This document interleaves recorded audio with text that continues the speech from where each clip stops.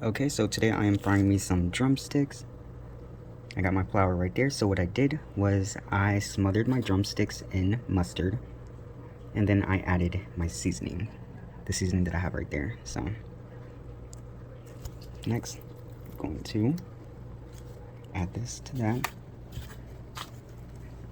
And get this one out the way.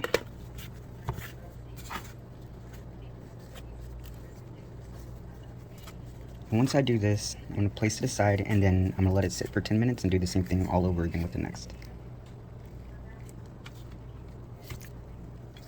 And I will just keep repeating this. Oops, already making some mess. Anyways, once this is all done with, I will show you what it looks like. Like I said, yellow mustard, hot sauce, and then whatever seasonings you like.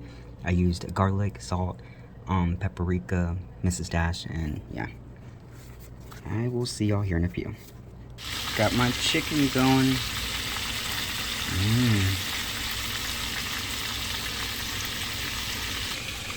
And of course, I got my Spanish rice. Okay, so here's the chicken I made. Came out pretty good. The Spanish rice, corn, and leftover tamales. That's what I'm going to be having.